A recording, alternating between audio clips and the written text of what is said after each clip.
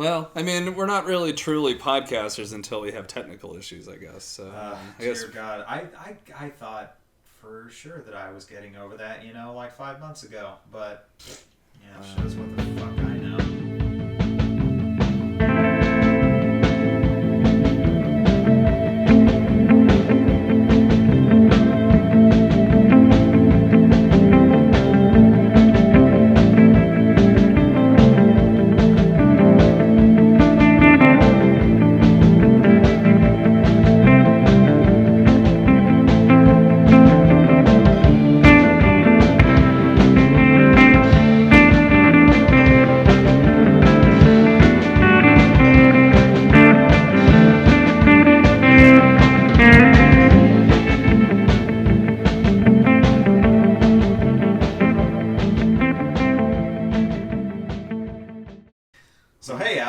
Hey, Brad.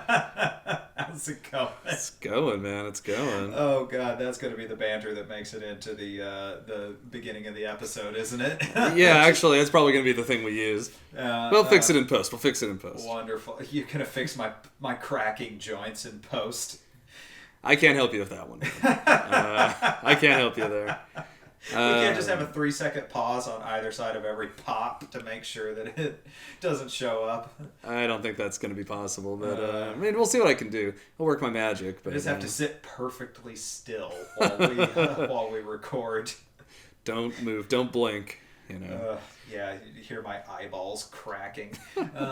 Well, on that happy note, welcome to The Purpose-Driven Dude, the podcast in which we discuss our slowly failing bodies, apparently. Yeah, I was about to say, boy, this podcast took a turn this week. No, this is the podcast where we discuss Dudeism, proudly the slowest growing religion in the world, based upon the Big Lebowski, and more or less Taoism, or quite frankly, whatever the fuck you feel like basing it off of. Yeah, I mean, go with what you do, and what you feel, and what you know. Go with what you do, dude. Go with what you do. So, yeah, we're here to hopefully bring a little bit of joy into your life by way of Dudeism and all that good shit. Notable to all note... that good shit. Good shit. Especially this year. Yeah, this year has been a whole thing. It actually is notable to say that we are coming to you a day after the Day of the Dude, March 6th. Indeed. This year in particular was pretty cool. It was the 20th anniversary of the release of the film. So. It was, indeed. I honest to God, I'd completely forgotten about it till you came over for movie night. And you walked through the door and you're like, White Russian? I'm like, well, fuck yeah. It's obviously. It's the sacramental beverage here, man. Yeah, exactly. So, even though we're both enjoying oat sodas as we record this particular episode. I can only do so much dairy in a given week, I feel. I was about to say, I've gained enough weight from alcohol. I don't really need to, add extreme amounts of fat to it. Yeah. I mean, White Russians are delicious, but they're essentially a dessert, for me. So,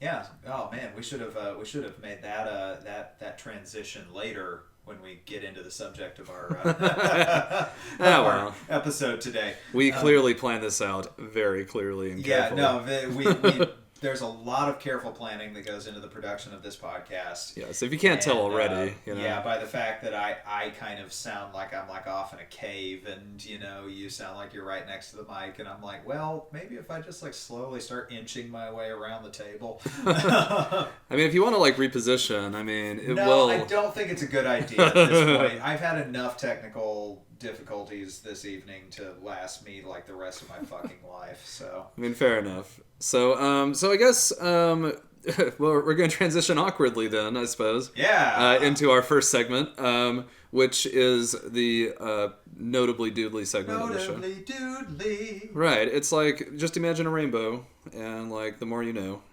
The more you dude. Copyrighted material, I'm sure. So please don't sue us. Whoever owns that, is it NBC? Yeah, it must be NBC. Yeah, something along those lines. About right. NBC, home of the Peacock. Yes. That's not the sound they make, but it's close. It's a close approximation. Theirs is far more violent and aggressive. That's the only problem. Peacocks. They're like really pretty geese they're nice to have around until they're not. I mean, they're good at a distance, I feel. Yeah, like they're kind of fun to look at, and then as soon as you get close, you realize they're fucking mean bastards. Yeah, they're like as most birds tend to be, but like in my opinion, like ostriches. To quote one of my favorite movies, those fuckers are mean.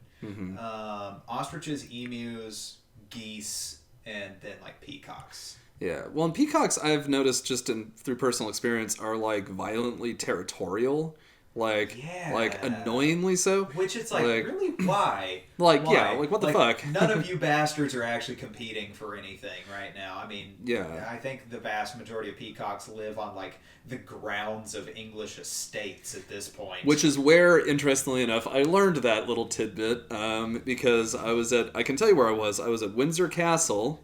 And these motherfuckers, like, as we were turning around the grounds, like... I'm just having the most fun imagining you running from a flock of peacocks. Oh, but it wasn't even that. It was more insidious than that. And that's the goofy-ass thing. Like, it's like that animal intelligence, man. Because, like, we were turning around and they were, like, following us. Like, a bunch of motherfuckers. They're following our group. Well, they wanted you to feed them. Probably, and we were giving them no quarter. All some kind of assholes are always feeding those things, I'm sure. So. Oh yeah, but see, here's the thing. So like, we kind of thought along those lines. We're like, they just want food or whatever. They'll leave eventually when we don't feed them. No, these motherfuckers followed us to the fucking bathrooms, like on a break. And okay, I'm sorry. Just like great image after great image piling up in this story. I'm like Neil Gaiman. I can build a word picture. Yeah. You know? And so, like, these motherfuckers, like, we go in the bathroom, we figure, like, they're going to piss off because, like, we're getting in the bathroom. And we come out, and they're, like, literally, like, standing, like, around, like, the entrance, like, above us and shit. Like, waiting. Like... It was like having a fucking shadow, dude, but like the most annoying and like aggressive shadow ever. Like, just the worst. Oh, man. I was just like having, again, a lot of fun imagining some poor fucking tourist, like standing at a urinal at Windsor Castle, just like looking over, and there's just like a fucking peacock at the next urinal. Swear to God. Yeah, just staring at him as he pees. And like giving you the bird equivalent of a what, you know? Hurt my neck doing that. Oh my God. Okay, so that's great for the ornithological segment of the of the podcast. That's our new segment, getting to the bird of the matter. Getting to the I was about to say. So Jesus, we're gonna have like 9 starts to this episode. It's the one where they start a lot. You know? Yeah, no, exactly. Okay, so notably doodly. Notably doodly, right. Notably doodly. Back on task. Jesus. Stay on target. Notably doodly fell to me this week, and I, being the movie buff that I am, watched the Oscars. Sure. This week, and I went to a metal show instead. You know what? Both very worthy pursuits. I mean, especially because this year's Oscars, for any other faults that they might have, had a very fascinating picture of diversity going on for them. I mean, you had Jordan Peele, who won for Best Screenplay for Get Out. First African American to do so, correct? I believe you're correct. Yes, I believe you're correct. Which is a little sad and shocking. Yeah, which is just like fucking it's a goddamn travesty at this day and age that this is the first time that's happened. In which case, I mean, if I had been that man, I just would have walked up with the Oscar in one hand and my middle finger in the other and just been like, yeah, you guys can go fuck yourselves. It's about damn time. And just stormed off stage. Now, I have not seen his speech, but I'm assuming he carried himself with a bit more grace than that. Jordan Peele carried himself with so much more grace than I would have had in that particular situation. And let me also say, I'm a white dude, so I cannot even begin to comment on what he must have been thinking at the time. But I'm just saying, as this is the first time that a black man has won that award, fucking A. Fucking A, man. Yeah. Yeah. I mean, yeah, I'm also like a white guy, so I can't comment really, but yeah. I mean, well, interesting. So Jordan Peele, for all of his grace under what I'm sure was a very stressful moment there, is actually not my notably doodly this week. I'm sure he'll come up at some point. Sure. Yeah. I mean, the man's incredible. I'm sure he'll come up. Yeah. However, my notably doodly selection for this week was actually Guillermo Del Toro, who is the obviously the Mexican director who has had a very wonderful career. Everything from his early films in Mexico, like Kronos and The Devil's Backbone, which I guess wasn't early, but Sure. earlier, to Hollywood blockbusters like Blade 2 and the Hellboy movies, both of which I absolutely fucking adore. Fun stuff right there, for sure. And just if for nothing else, then the goddamn score in those movies Seriously. is brilliant. I mean, the guy can make a hell of a movie. Yeah, Fuck and dude. I mean, it's like, Pan's Labyrinth being like one of my favorite movies that I will watch once every 3 or 4 years. It's difficult, but very good. Yeah. So Guillermo Del Toro this year winning the Oscar for both Best Director and Best Picture for his film The Shape of Water. And his acceptance speech was one of the most heartfelt things I have heard in a very, very long time. My neighbors are into clogging, if you hadn't noticed, dear listener. Clogging in their galoshes. Yeah. Well, persevere, I suppose. Yeah. They'll do a few Okay, I more think we're jumping good. things. Yeah. I think we're good. So Go quick! Yeah, Shape of Water! So Guillermo Del Toro's acceptance speech was really heartfelt and just really incredible. And so he began by saying, "I am an immigrant." Like Alfonso and Alejandro, talking about Alfonso Cuarón and Alejandro Iñárritu, my compadres, as he called them, All right. like Gael Garcia Bernal and Salma Hayek, and like many, many of you, referring to the people in the audience at the time. In the last 25 years, I've been living in a country all of our own. Part of it is here, part of it is in Europe, part of it is everywhere. Because I think the greatest thing our art does and our industry does is to erase the lines in the sand. We should continue doing that when the world tells us to make them deeper. And I got goosebumps reading that just now. So you can imagine how I reacted whenever I was drunk off my gourd watching it happen on Sunday. He also went on later in the speech to encourage young artists to pursue their visions and to not let other people, commercial studios, tell them what their visions needed to be true to themselves. Which, if there's one director in Hollywood who is true to his own fucking vision, Yeah, I mean, come it on. is. I mean, he literally just made a movie about, spoiler alert, fish fucking. So Doing the dirty with the fishes. yeah, so I've, by all means, I haven't seen the film yet. I'm very excited to see it. I've been talking about it for months now. I just have to say that this man is like an inspiration to anybody who is of the sort of doodly way of thought, where he seeks to quell conflict and bring everyone together through storytelling and through the kind of wisdom that comes through that storytelling. Absolutely. And unfortunately, I don't have like a direct correlation at the moment, but yeah, no, just really stuck out to me as a particularly doodly dude. And here's to you, Guillermo.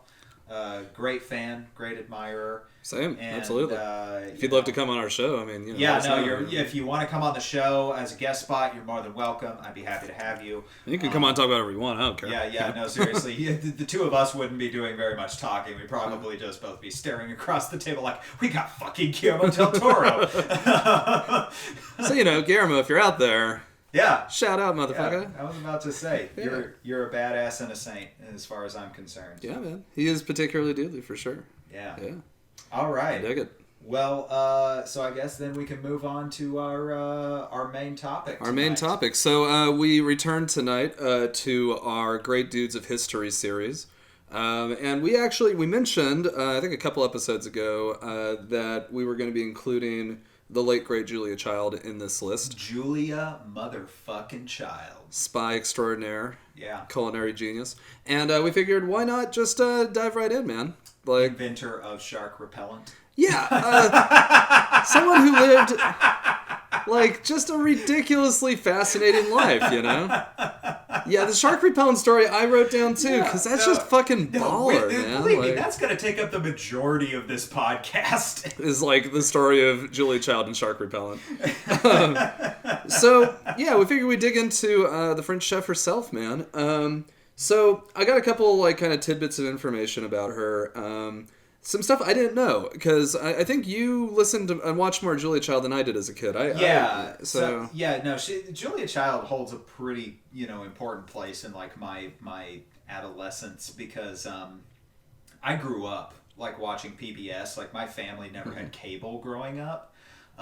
So what I would do when I was a kid was I would get up in the morning, and more often than not, my choices were Fox Kids. Mm-hmm.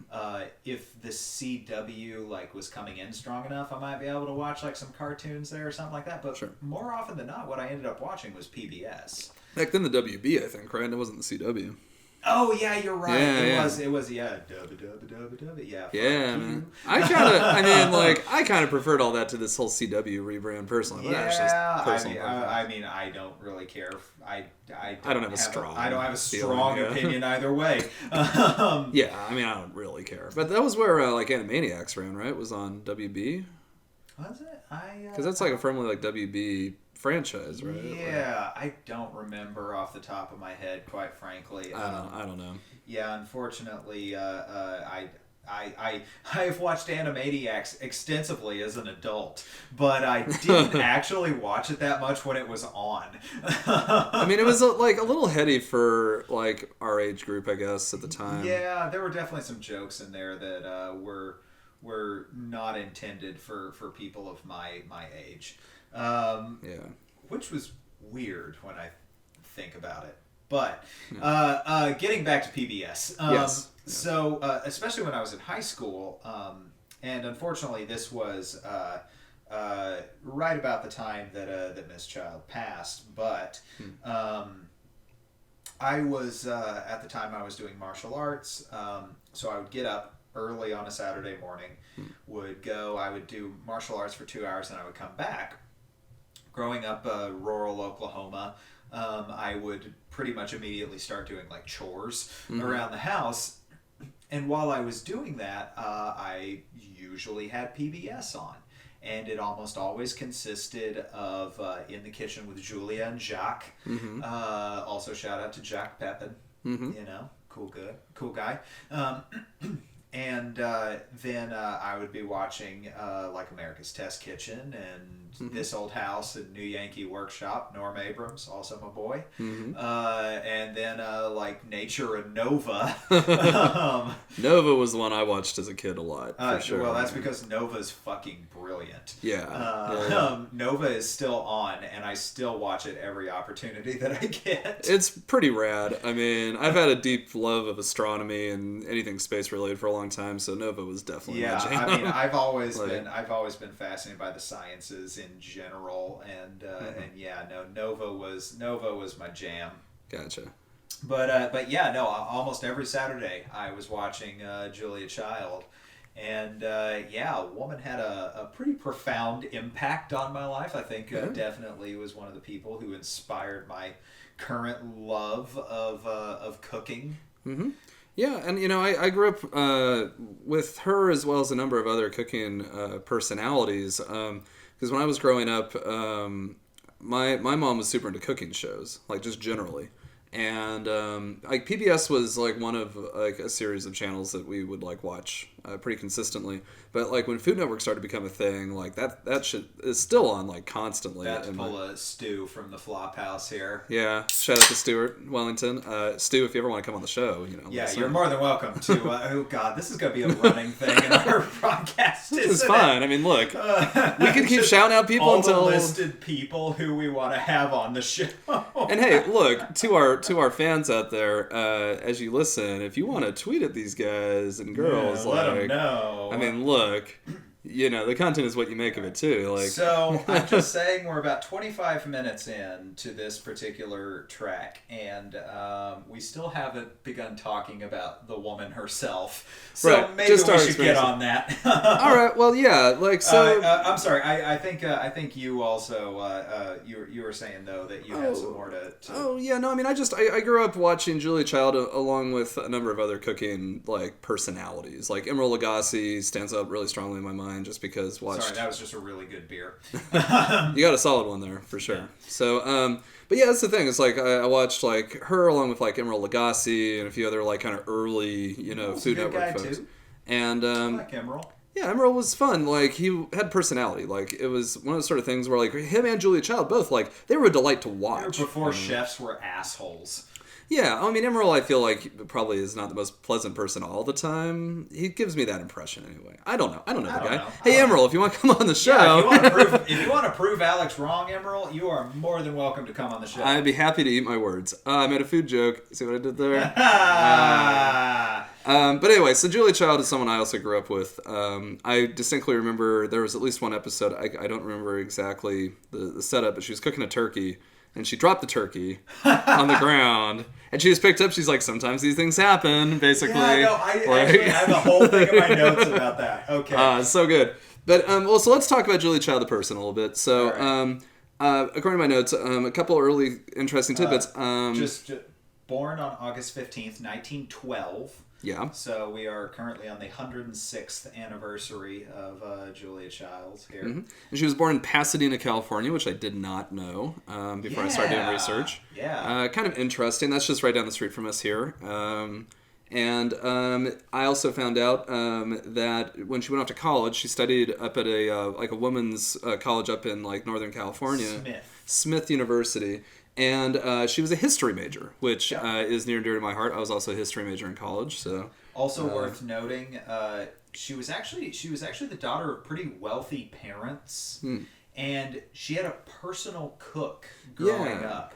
And in the entire time she was growing up, she never learned how to cook from the personal cook that lived in their house. Which is kind of shocking, right? Like, you would think it would be something she picked up from an early age. No, not at all. It was not until well into adulthood that she actually began this thing that would become, like, the passion and, like, the primary career for the rest of her life. Yeah. And to that point, I actually had a quote about her where she said, it's right up here. It's So she actually said, "I was 37 years old and still discovering who I was." Wow. Speaking about like coming out of what we'll talk about her service in the military, which is fucking fascinating. So she was also very athletic. Well, she was tall. She's like 6'2". 6'2". Yeah. Which for anybody who's thinking about that, like that would make her 5 inches taller than me. Yeah. Yeah, roughly the same, because we're roughly the same height. Like, she's a tall woman. Very tall, very athletic. She apparently loved golf, tennis, and basketball, and she actually played basketball well into college, which I'm like, well, good on you. Makes perfect sense. Yeah. So again, another thing that we have in common. I love tennis personally, so awesome. There you go. Tennis is great. I don't play tennis, but I don't play it often enough, man. I love it, but I would like to learn. It's good times. golf is a great drinking sport. Yeah, no, I am shit at golf, but I love getting drunk and pretending to play golf. I love getting drunk and going to the driving range. Yeah, that right there's a fun time. But so she went off to college, and then this was in the years leading up to World War II, essentially. Right. She graduated in 1934, according to my notes. So just like right in that interim period between the wars, essentially. Right. The next note I have basically is that she she wanted to join like the women's service, so like the WACs or the waves, and but she was too tall essentially, which is sort of shitty. Which is funny because she actually shares that in common with one of my personal favorite other celebrities, which was Sir Christopher Lee. Oh yeah. He wanted to join the RAF during World War II, but he was 6'6", so he didn't fit in the fucking plane. But so what she did instead, in order to serve, is she joined the Office of Strategic Services, the OSS. Which, for anybody who is unaware, the OSS being the precursor to the CIA. Yeah, so she was essentially a spy. She was more or less a spy. Yeah, she was working for the OSS. I actually specifically wanted to write this down because the OSS coordinated espionage activities behind enemy lines for all branches of the U.S. Armed Forces during World War II. Which is buck wild. Absolutely insane. And also engaged in both propaganda and subversion during the war and coordinated post-war planning in war zones. Yeah, and she was fairly instrumental in that. From what I was reading, she was one of the people who she recorded down all the names of current operatives note cards and basically, shit. She was the keeper of all of the spies we were using in she knew who every single one of them was. Yeah, she was a fairly key player in all this, which kind of blows my mind because she started as a typist. Yeah, she was a secretary essentially. Yeah, she was more or less she was a secretary, and so she was very quickly. It was realized that she was basically just far beyond the requirements for that job. Yeah, she's everyone's well, she's way too fucking smart and way too well educated to keep her, behind a desk typing documents for us. Exactly. And so she goes from being a typist to being basically the person who filed and looked after every single top secret record we had during World War II. Which is crazy to think about. Yeah. I mean, when you think of Julia Child, Bon Appetit, you don't think badass spy. Right. Badass spy handler. She was George Smiley. Yeah, literally George Smiley. So she was in the OSS, and interestingly enough, and I know you want to talk about this too, her first foray really into cooking came by way of her service in the OSS, which, again, it's this crazy-ass fact of history. So, the OSS was having an issue. They were trying to deploy ordnance, basically, against German U-boats, so mines, essentially. I was about to say, for anybody who's unaware, explosives. Yeah, so they were trying to help keep them away from shipping lines and everything like that, because it was an issue during World War II as far as strategy goes. The U-boats were raiding supply lines and sinking ships and shooting down merchant vessels and things like that. And so, but they're having an issue. They were trying to deploy sea mines essentially and other kinds of ordnance to hinder the U-boats. But they were having an issue with particularly curious sharks. Yeah, which I'm that poor damn. I have a massive phobia of sharks, and at the same time, I'm imagining this poor fucking shark going up to this mine, being "What's this?" Yeah, getting morselated, and so, but it's a real problem getting because deep blue seed, as I call it. Oh man, Yeah, but so they had to come up with a solution. They needed a way to keep the sharks away from the sea mines, essentially. And she was like instrumental in developing a shark repellent by way of like cooking up this like concoction. Like seriously, like, holy shark repellent, Batman! Like, yeah, literally came up with an effective shark repellent that is still used to this day. Like, and that's just fucking insane. And like, talk about an auspicious like entry into the world of cooking.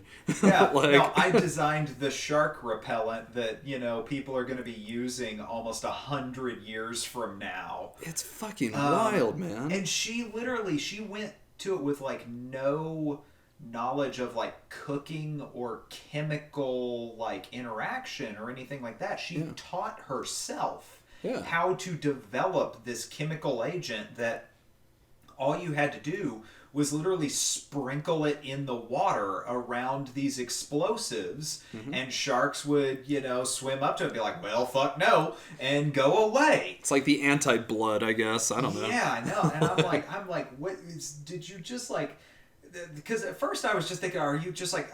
I was thinking like in terms of like land animals. I was like, are you like sprinkling like fucking cayenne in the ocean? Like, what are you doing?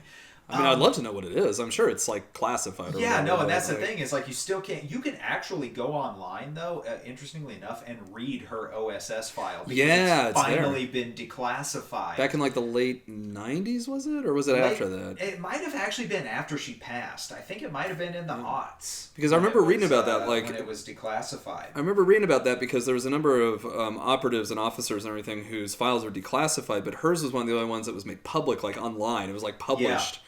Because it was fucking fascinating. I was about to say, because, you want to see what goddamn Julia Childs did? Yeah.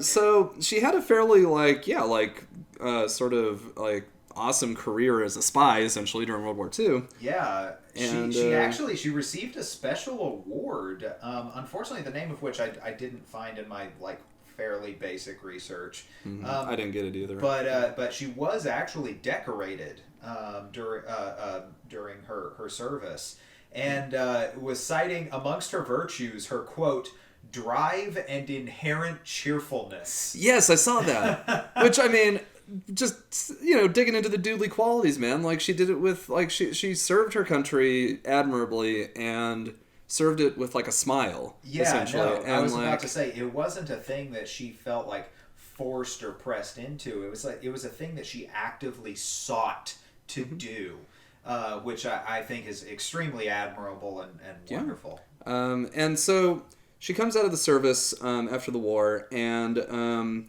that's really when... so she married... Paul Cushing Child. Right.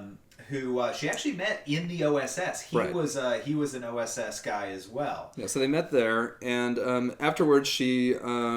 I think he kind of helped cultivate her interest in cooking. Yes, he was kind of renowned for having like this very exquisite like palate, and he also came from a fairly well-to-do background, and so he continued civil service after her service ended, and he ended up being a diplomat in Europe, which meant that at one point in time they ended up spending a lot of time living in Paris. Of all places. Yeah. At which point I have in my notes that she, actually, that's the time when she attended Le Cordon Bleu in Paris, right? The renowned cooking school. Which she was in her mid to late 30s, I want to say, when this was all kind of starting to happen. And really she kind of like caught the bug of like fine food and fine cooking. Right. Due to, in a large part, because of her marriage to Paul Child. Right, and my understanding is like as she was going through her schooling and as she was living abroad, basically in Paris, she started to develop the idea of bringing French culinary techniques and everything back to America. Yes. And popularizing them, because she saw so much value in this sort of not only culinary tradition, but like kind of mindset towards food. Yeah, and it kind of I thought like a particularly intriguing kind of beautiful thing was so she had so while she was living in Paris, she met two other women who were named Simone Beck and Louisette Berthaud. Both of whom she became very good friends with, and it was actually with their collaboration that she published her first book. Right, the French chef, mastering the art of French cooking, which was later renamed after her TV show whenever it blew up. But yeah, they actually, they while in that she was living in Paris, the three of them actually started teaching cooking to other women in Julia Child's kitchen. Oh, okay. Yeah. And I'm not even going to attempt the French name, but it translated the setting that they were cooking. They informally called it the School of the Three Food Lovers. Oh, yeah, I did read that. Yeah. Which is awesome. I thought that was so fucking cool that they just, like, started this thing in Paris with, like, all of the, like, you know, American wives and everything of the U.S. Servicemen and diplomats and politicians and everything that were over there. Like, come to Julia Child's kitchen and learn how to be a badass cook. Yeah, and I mean, you can only imagine too. Like, I mean, if you're talking about like post-war France, right? Like immediately post-war France, essentially. Like, I mean, any little bit of like joy you could derive, comfort, like, and anything like that would have been a blessing. Which I mean, like, and so it's almost like it's almost like an intangible. It's like she was doing so much good just by doing that, you know. Like, just a quick side note. I don't want to like completely sidetrack the conversation, but I just want to go back to Paul for a brief second. Sure. Because Paul was also a very admirable fellow. They remained married until his death in 1994, and they were married, I believe, in 1946. He was actually a very active anti-McCarthyist. Ooh. And already a winner in my book. Yeah, no, exactly, right? A couple of like socialist libs like us, you know. But he was actually recalled from Europe. I think they were in Belgium at the time. He was recalled to the U.S. in the 50s to testify about his own loyalty and the loyalty of the people working in Europe. Oh, wow. He was so offended by that he almost quit his job. Jeez. And he was outraged. He spent the rest of that McCarthyist era like actively speaking out against the McCarthy sessions and the interrogations that happened because of it. Good for him, man. I mean, jeez. So, like, I it's like we're here to talk about Julia, but Paul gets a pretty big shout out as well. Yeah, sounds like a winner. Also a winner in our book. Yeah, no kidding, man. Also played to magnificent acclaim in the movie Julia and Julia by Stanley Tucci. Mm-hmm. Fantastic actor. Stanley, if you ever want to come on the show and be a guest, I'd be glad to have you. We can revisit Julia Child. That'd be great. Yeah. And I'd also just be more than happy to talk about, you know, your work as well, but in particular, that role. Mm-hmm. Love to hear how you got into it. Yeah, that'd be wonderful. Tangent over. Tangent completed. But yeah, so she began doing this. Yeah, it was mastering the art of French cooking, which as I understand it, is still basically like considered like a very standard. I own a copy of this book. It's fucking brilliant. It's like fundamental cooking, like. I mean, it's like 101 stuff, you know? Yeah, like, no, it's basically everything you need to know to produce fine cuisine in your home. Mm-hmm. And it's written in this amazingly accessible, just, you know, interesting, engaging tone. And, like, that was her intention. Like, and that's one of the interesting things I noted reading up on her is that was, like, her intention from the get-go was to, like, make something that seemed so obscure maybe to an American audience or so foreign to an American audience, make it accessible and make it something that you're like just an average person could do. And to the point, like I read a little blurb, I didn't write it down, but I remember reading a little blurb saying like, you know, like women would watch her show, but also like men who couldn't be bothered to like go to the kitchen for anything other than like ice for their drink were like captivated by watching her and like engaging with her material. Mastering the Art of French Cooking comes out in 1961. Mm-hmm. In 1963 was when The French Chef would start airing. It started 11 years run, Yeah, 11 years, and was honest to God like a revolutionary program. In a lot of at ways, the time. She was actually the first person to ever win an Emmy for an educational program. Mm-hmm. Just period. Yep, and her show was the one I loved. Was her show was the first show to ever be captioned for deaf viewers too. Yes, yes, it was, which is challenging given the fact that it was recorded on I actually had the exact phrase written down. Give me one I remember. second. I can't remember what it was, but there was like a technical challenge to it. It was a very technical challenge to close caption it because it was actually recorded live to videotape. Oh shit! Okay, I didn't realize that's what it was. Yeah. Yeah. And so there was basically like very little to no editing in it. So if stuff went wrong, there wasn't like any reshoots or anything that were going to happen. I mean, it was a shoestring budget. They would literally recruit people, to volunteer to do the dishes afterwards. Oh, that's wonderful. And they would auction off the food to the audience. Oh, that's so good. And, I love it. Yeah, but so stuff would happen. Stuff would go wrong. Mm-hmm. She'd drop a turkey or something. There's a video where she literally just drops a turkey on the ground. I watched a video where she was doing potatoes in a skillet, and she was talking about flipping them.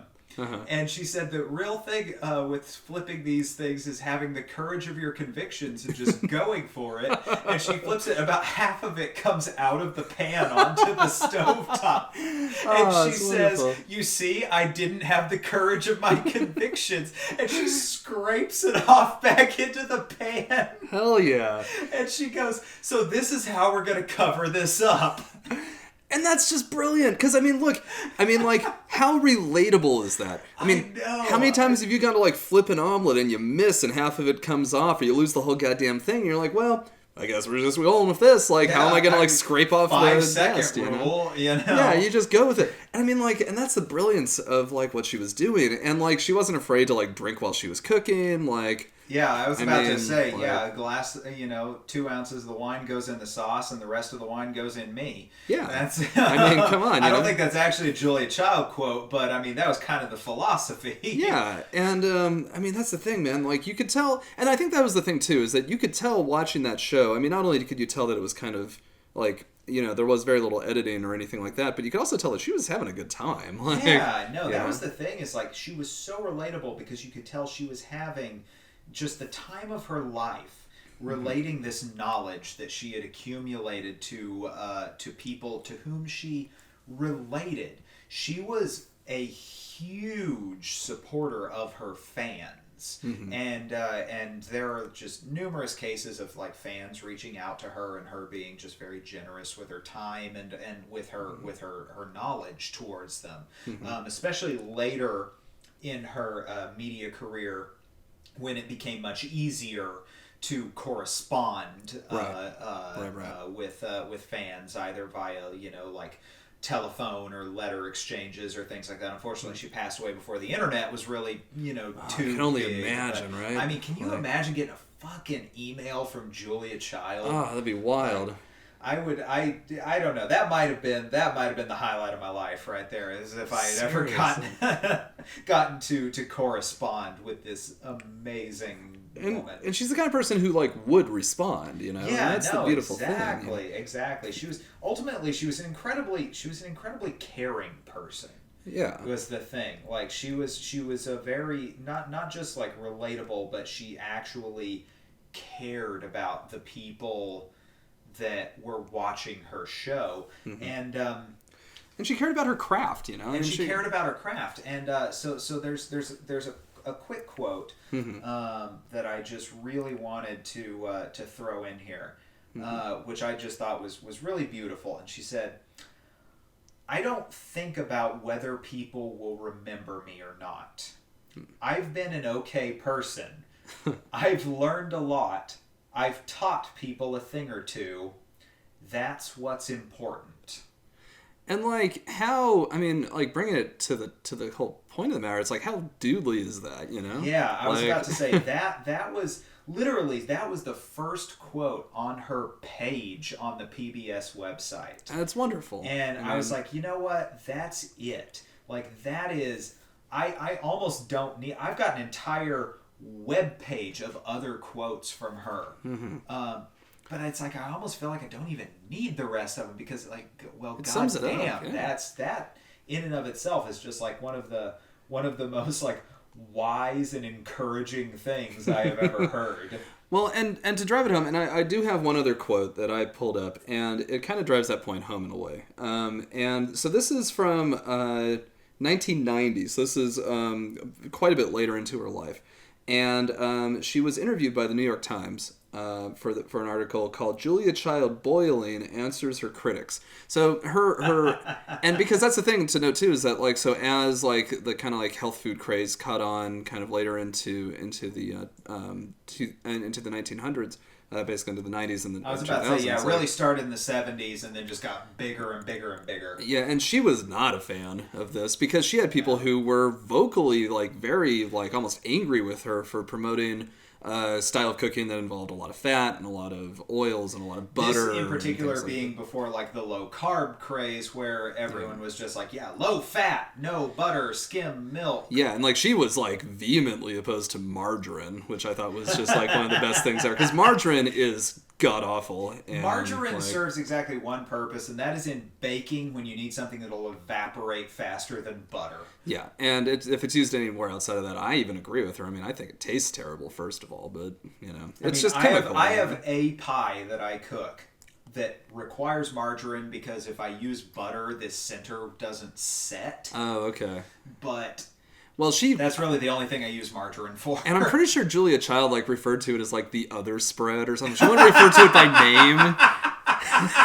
Which is just the best. Like, she was so, like, just at the core of her being opposed to this, like, abomination of, like, chemistry. Oh, that's so brilliant. Oh, that's so good. But so she had a quote in this article. It was so she was responding to her critics who were rather outspoken. And she said, "Everybody is overreacting. If fear of food continues, it will be the death of gastronomy in the United States." I guess. She says, "Fortunately, the French don't suffer from the same hysteria we do. We should enjoy food and have fun. It is one of the simplest and nicest pleasures in life." And, I mean, like, and that's the thing, it brings it right back to kind of the dude of the matter, really, like, the Dudeism of it all. And I actually even bookmarked a chapter in the Tao Te Ching which speaks to this. It's chapter 37, and she said, the Tao Te Ching says, Tao doesn't do anything, and yet somehow it gets everything done. If the mighty could also eschew objectives, everything in the world would naturally thrive. When objectives assert themselves, they can be subdued with simplicity. Subdued by simplicity, tranquility is attained, and the world once again thrives as it may.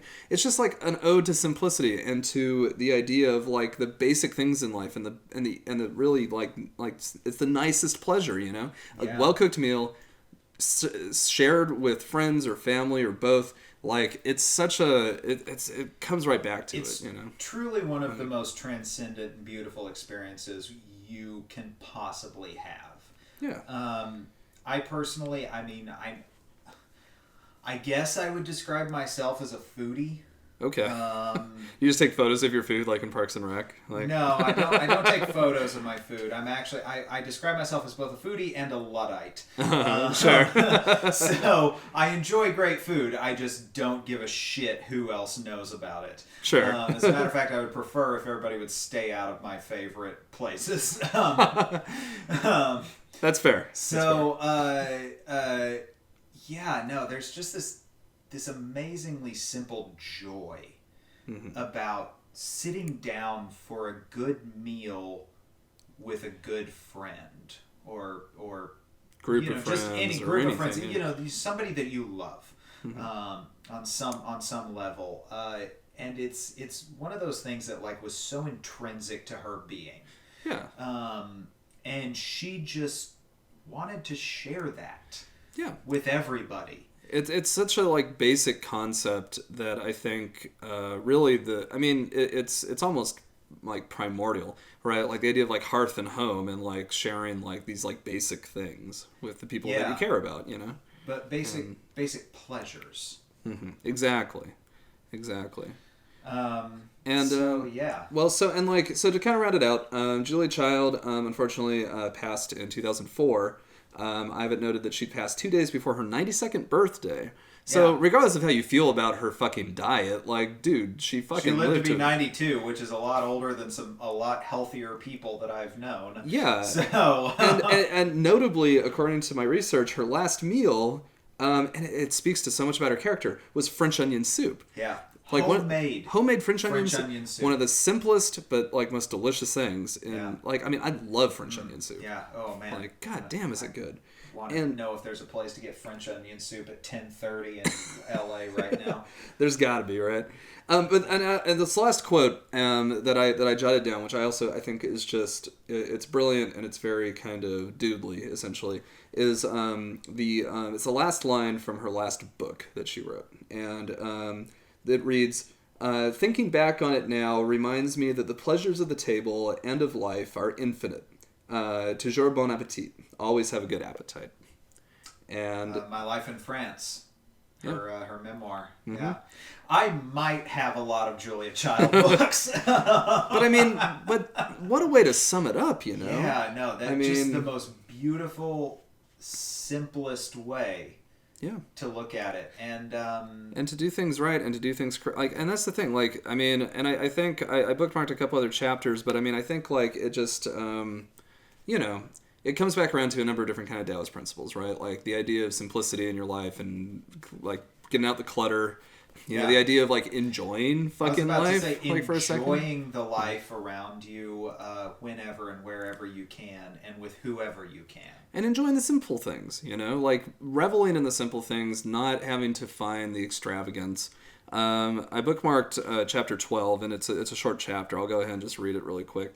So it reads, too much light blinds the eye, too much sound deafens the ear, too much spice blunts the taste, too much excitement maddens the mind, too much desire compromises the character. That is why the sage puts his inner needs first by moderating the external distractions of the senses. And that's the thing. I mean, I feel like that kind of just drives it home. It's what Julia Child, in so many ways, you know, embodied and espoused throughout her life. Yeah. You know, care for yourself. You know, eat a good meal. Fucking enjoy it. Yeah. I was about to say, if I could give a piece of advice to any and everybody who is willing to take my, piss poor advice, when you eat a meal, enjoy it. I know that it's something that I try to do as often as possible, and believe me, like the quality of your life goes up so much if you can just, instead of just like scarfing down a McWhopper,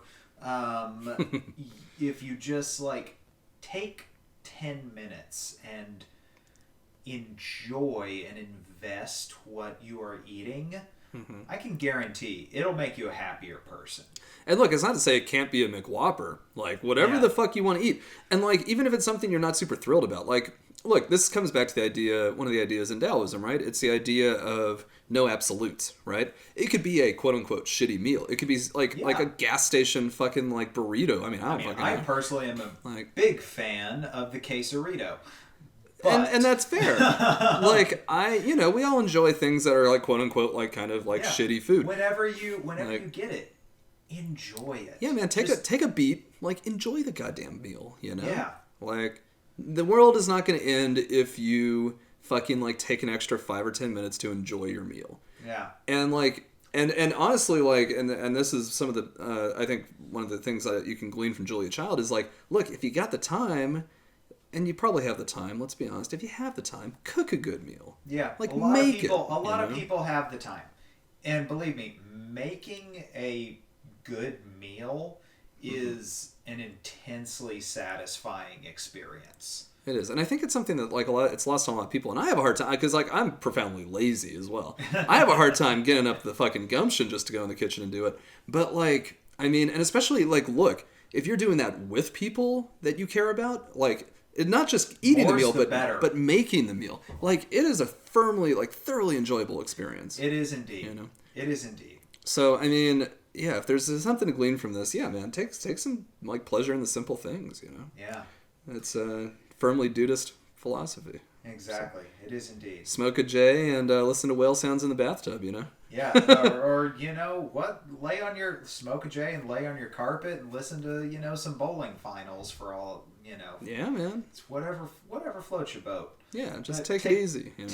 Take those pleasures. Take those pleasures when and where you can get them. Yeah, and that's the thing. Like, finding pleasure in the simple things will, I think, it's definitely a way to like kind of elevate your life, right? I mean, but definitely smoke a J. I mean, look, definitely do a J because I mean that just makes everything better. Right, or enjoy a note soda, whatever your drug of choice is. Frankly, enjoy intoxicants, right? As our good friend Nick Offerman, by the way, by the way, Nick, if you ever want to be on the show, please, dear God. Call me. Yeah, I mean, look, like, I'd be happy to record. We'll come to you. We'll come to your woodworking studio. It'd be awesome. Yeah, no, like, seriously, dude. Like, I mean, I intend to do an episode about you. Yeah. So, you just let me know. You're coming up on the great dudes, and probably in short order. I mean, I basically tried to model my life after one of your books, so, you know. Yeah. So, but that all being said, I think... In the kind of greater scheme of the notably doodly like dudes of history, Julia Child is like right up there. Oh yeah, no, she's amongst the saints. Hell yeah, right there. And I just want to leave us with one last parting quote because this one speaks to me, being an avid baker. Mm-hmm. An art that I have never been able to master. I love like baking and grilling are my two favorite ways to cook. But I love grilling. This particular quote really spoke to me. And really speaks to what we've been talking about. Okay. Nice. And it is so simple. A party without cake is just a meeting.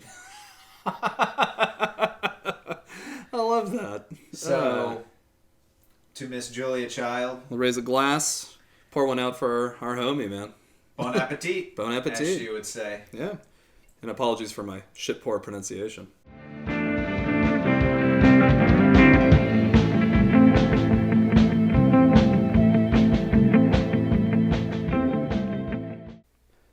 What is up, dudes? This is Alex coming to you with a little bit of housekeeping.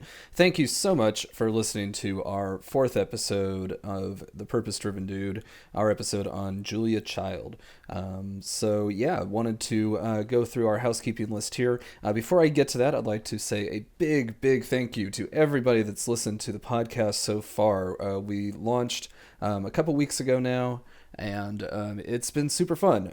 We've got a number of you guys on our Facebook page, and it looks like you guys are listening to the podcast. So thank you so much. As always, if you enjoy the show, do please tell your friends. Feel free to review and rate the podcast on iTunes or Stitcher or wherever you get your podcasts. But really, a huge thank you to everyone that's listening.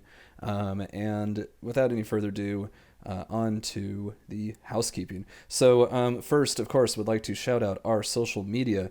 We are on Facebook at facebook.com/PDDcast, and we are on Twitter at PDDcast.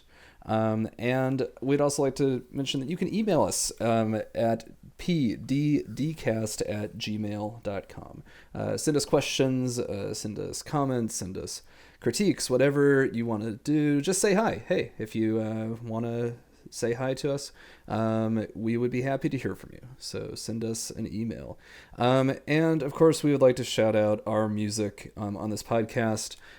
We have been using the song 2 p.m. Wake Up Call by Apache Tomcat. It is off of the album Classics by Request. It is some good stuff, some cool beach rock. Highly recommend checking that out. And of course, as always, I would like to shout out our podcast network. We are part of Unit 24 Productions with our friends. So there's a couple other podcasts on the network. The one that's currently up and running along with us at this point is Your Fave is Problematic. Definitely check those guys out. Their Facebook group is the place to fucking be. I enjoy it, and I think you will too if you are not already looking at that group. Really good conversations going on over there. Check them out, and of course, as I mentioned, join our our Facebook page as well, and start a conversation there. We're happy to talk to you. So yeah, without any further ado, we're going to go ahead and get back to the episode here. We are on about a 2-week release schedule, which means our next episode after this one should be dropping. Let's see, that would be it looks like June 4th, if I'm doing my math correctly. Or I'm sorry, no, it would be June 11th. So yeah, taking a real casual pace moving forward here, and yeah, we'll just keep on rocking. So yeah, thanks again for listening, guys, and back without any further ado, back to the episode.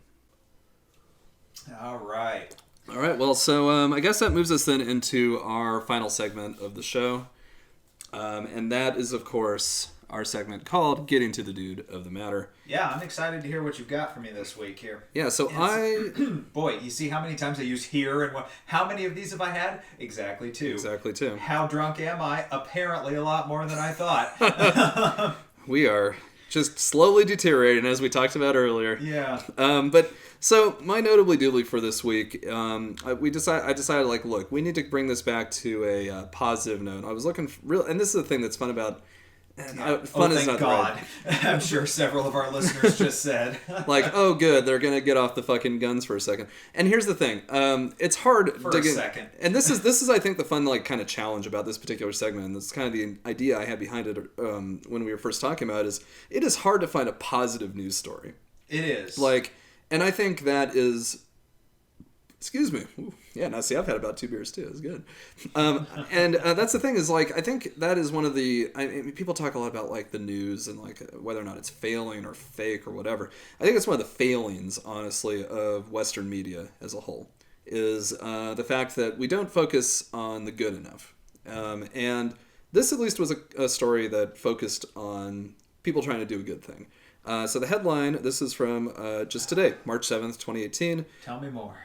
From NPR, it reads, 21 tech companies band together against wildlife trafficking.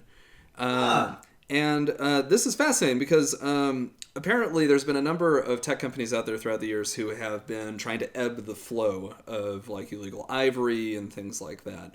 But this is the first... It's so interesting to me that like hasn't gotten more traction in a news cycle. Right? I mean, it's such like a kind of a big story that we've been dealing with now for years. You know? Well, yeah. I mean, like illegal trafficking of wildlife and products derived from the illegal hunting of wildlife has been like a major issue for... Well, I mean, since the dawn of, civilization, more or less, but has been a real major issue since industrialization. Yeah. And, like, this is an interesting list of companies, I think, too, because it covers not only a kind of wide array of, like, types of online companies, like social media and e-commerce sites, but also an entirely broad spectrum of multinational companies, specifically.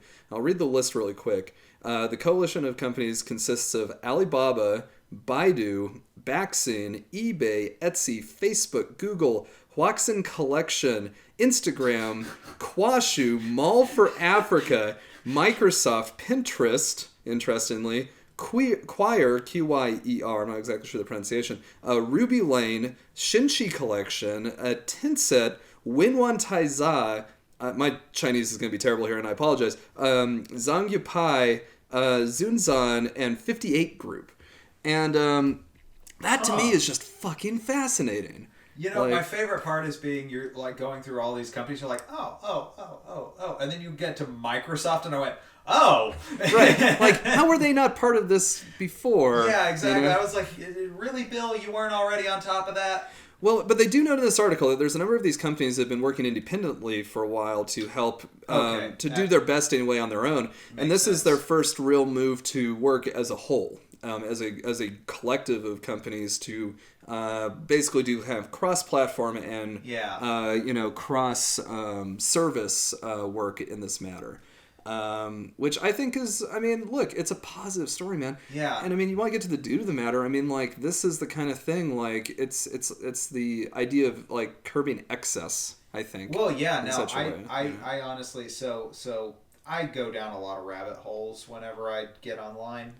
Sure, as we all do. Yeah, well, we all do, and I'm particularly susceptible to it because, as I've said, I'm a Luddite. I fall into traps very easily. Sure. So I just recently, for some inexplicable reason, I found myself reading about slow lorises. Okay, sure. As one does. Yeah, no, I think it was honestly because of a joke on Archer. And that's all the better reason for going down that rabbit hole. Yeah, no, so I ended up getting like really fucking depressed because they're one of the most trafficked animals in like wildlife, like exotic pet trafficking. And it got really, really heavy for me because they were talking about how like whenever slow lorises are trafficked, often their teeth are removed. Oh man. Because they're wild animals, they've never been domesticated, they're just really fucking cute. So people want them, but they have a tendency to bite. Right. So they almost always die within like a few years of being trafficked, and they're dangerously close to extinction. And I got really bummed out reading about this. So honestly, like I mean, I already give to a couple of like conservationist and wildlife funds. Nice. Knowing that Microsoft is in my corner gives me some hope. Yeah, and it makes, I mean, if you follow anything that Bill and Melinda Gates do, I mean, it seems like a slam dunk. Gates Foundation. I mean, come on. Exactly, I mean, that's the thing. Like, you would, and I can only assume that they've been doing some work to that effect for a while now. I mean, I have to imagine. Like, Bill strikes me as, like intrinsically just a guy who wants to do good in the world, and he's got the money to do it. Yeah, so, I mean, you can write you can spill a ton of ink on the effectiveness or the efficacy or any of that sort of thing. Whatever. But just intrinsically someone who has a desire. Right. Who and you. To me, it kind of comes off as like John Green, who has his critics, and he's done things that people have been critical over the years of. But I think it's hard to argue that he doesn't mean well in what he does. Yeah, and I think that for me that goes a long way. Speaking of which, John Green and Bill Gates, either of you or both of you. Hey, double feature episode. Hey, I know those guys work together a lot too, so if you guys want to come on and talk about literally whatever the fuck you seriously. want. Again, the two of us would just be sitting across the table going, huh? Just grinning and like occasionally maybe snickering a little bit at our incredibly good fortune. I was about to say our sheer dumb luck, as Professor McGonagall would put it. Yeah, no fucking kidding, man. So if either of you would love to come on, just let us know. Yeah, I was about to say I will have the email and the Twitter ready by the time this episode drops. And I will have a White Russian waiting for you guys. So yeah, absolutely. I'll be happy to play bartender for that entire fucking recording. So I gotta say, like, and that's the thing. I think, I mean, we're talking about some pretty big multinational corporations here, which are usually not my favorite things in the world. But if they're trying to do a little good in the world, then with their considerable resources and power, then at least there's encourage those activities. Absolutely. Look, like it's like I saw an interview a while ago with the head of Fox Entertainment.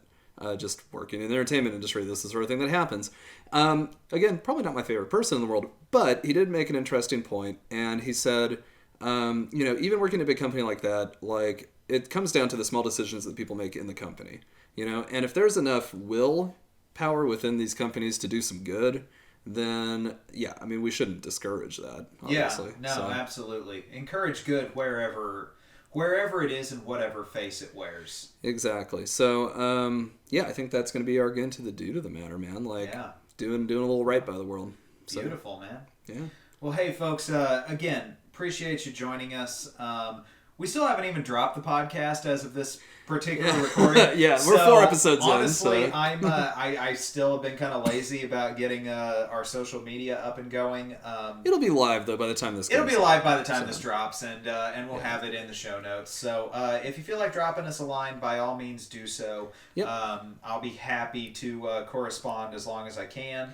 Yep. And if we get enough respondents, we'd love to work in like a Q&A segment or something like that to the show. Yeah, no, absolutely. We'd be happy to answer questions or if dig somebody's into willing to topics actually listen to me fucking talk, I'm more than willing to engage back. Yeah. Oh, absolutely. Like we would be fucking thrilled at this point to listen to our fucking like ramblings on the matter. Yeah, exactly. So to listen to fools trying to get to the to the philosophy behind the human comedy here. Yeah, derive some form of truth or whatever, So yeah, that's going to be it for us this evening. But thank you so much for joining us, and we'll see you again soon. Yep, we'll be coming at you soon, hopefully. And I think on that, hey, fuck it, man. Let's go bowling. Fuck it.